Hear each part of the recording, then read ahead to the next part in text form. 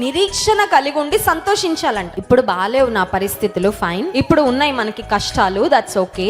కానీ నిరీక్షణ ఉంటే, because we are filled with hope, we can be joyful. మనం ఆనందించగలం కష్టాల్లో కూడా. ఎందుకంటే ఈ పరిస్థితులు ఎప్పటికీ ఇలా ఉండవు, ఈ వ్యాధి ఎప్పటికీ మీ దేహంలో ఉండదు, నీవు వెళ్తున్న ఈ అవమానకరమైన పరిస్థితి ఎప్పటికీ ఇలా ఉండదు, మీరు వెళ్తున్న ఆర్థిక ఇబ్బందులు ఎప్పటికీ ఇలా ఉండవు, నీవు వెళ్తున్న ఈ శోధనకరమైన పరిస్థితులు ఎప్పటికీ ఉండవు, నీవు వెళ్తున్న ఈ ఓటమి ఎప్పటికీ ఇలా ఉండదు.